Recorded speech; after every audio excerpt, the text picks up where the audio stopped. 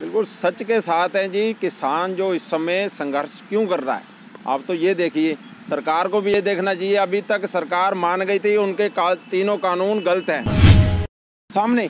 और कुछ जो मैं ये गोदी मीडिया को मैं चेतावनी देना चाहता हूँ, इस किसान संघर्ष को ऐसे आप तौहीन मत कीजिए। आप भी कहीं ना कहीं किसानी के साथ जुड़े हुए हैं। किस जिले से आए आप? जी रामपुर जिले से हैं।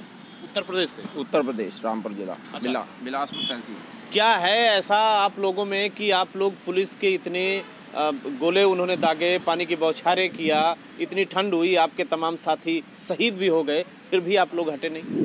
बिल्कुल सच के साथ हैं जी। किसान जो इस समय संघर्ष क्यों कर रहा है, आप तो ये देखिए, सरकार को भी ये देखना चाहिए। अभी तक सरकार मान गई थी उनके तीनों कानून गलत हैं, तभी उसमें संशोधन करने के लिए तैयार हो गई। अब जो है वो किसान जो संगठन हैं उनकी बात नहीं मान के उनको बरगला रहे हैं, और मीडिया की तरफ से जो है इसको गलत छवि बयान करने की कोशिश की जा रही है।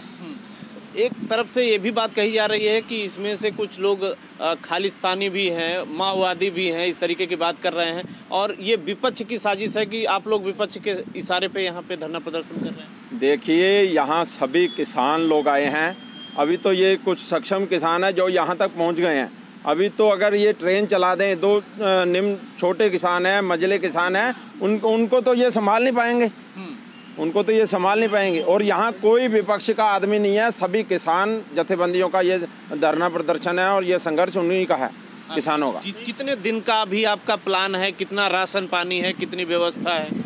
राशन पानी जी, ये गुरु की फौजें हैं और अपने सभी किसान हैं और अपने अन्न उगाते हैं, अपना लेके आए हैं। राशन को तो कोई कमी नहीं है। हमारे आगे आगे चलता है जी, राशन तो हमारे आगे आगे चलता है। जहाँ हम पहुँचते हैं राशन पहले पहुँच जाता है। सिख कौम की मजबूती यही है कि किसी को भूखा नहीं। यहाँ पे लाख बंदा अगर बैठा होगा तो 5 लाख खाना खा रहा होगा।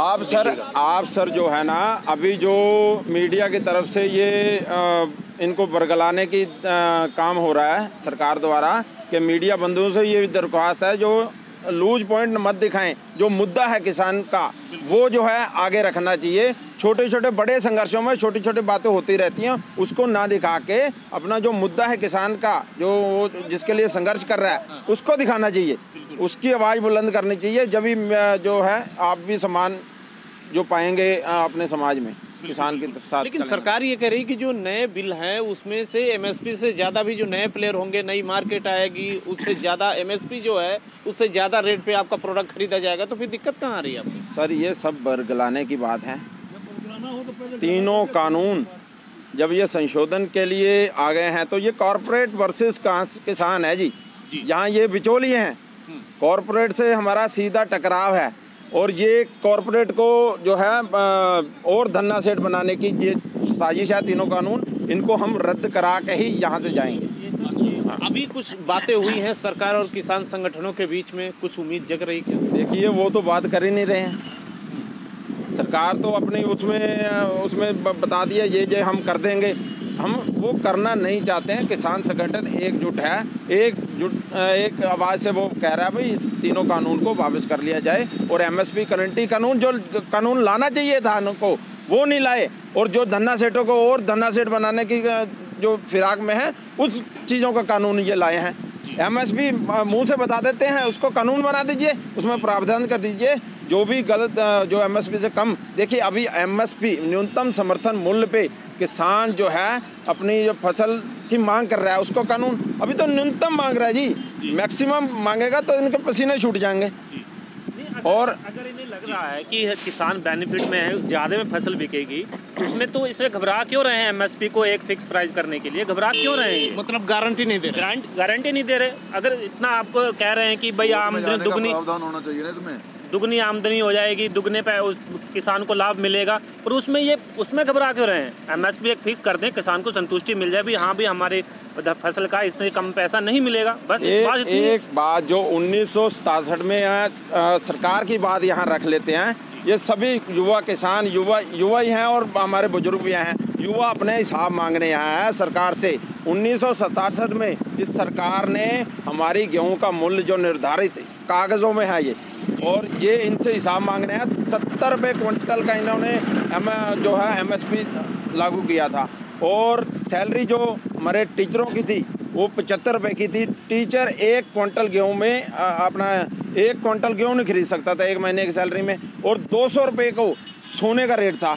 अपना किसान 3 क्विंटल ले जाता था और एक तोला सोना खरीद सकता था। हमारा हिसाब कर दो जी, उस हिसाब से हमारा हिसाब कर दो। अभी तो वो हिसाब मांग रहे हैं उस हिसाब से। अभी तो हम MSP की गारंटी कानून मांग रहे हैं, वो न्यूनतम समर्थन मूल्य मांग रहे हैं जी, किसान हकदार है C2+50 का जी, जो स्वामीनाथन रिपोर्ट ये लागू क्यों नहीं करते हैं? इसमें हर समय इन्होंने किसान को बरगलाया है और अभी भी ये बरगलाने का काम है। ये जी ये है, ये जी ये है, मेन मुद्दे को ये मीडिया दिखाती नहीं है।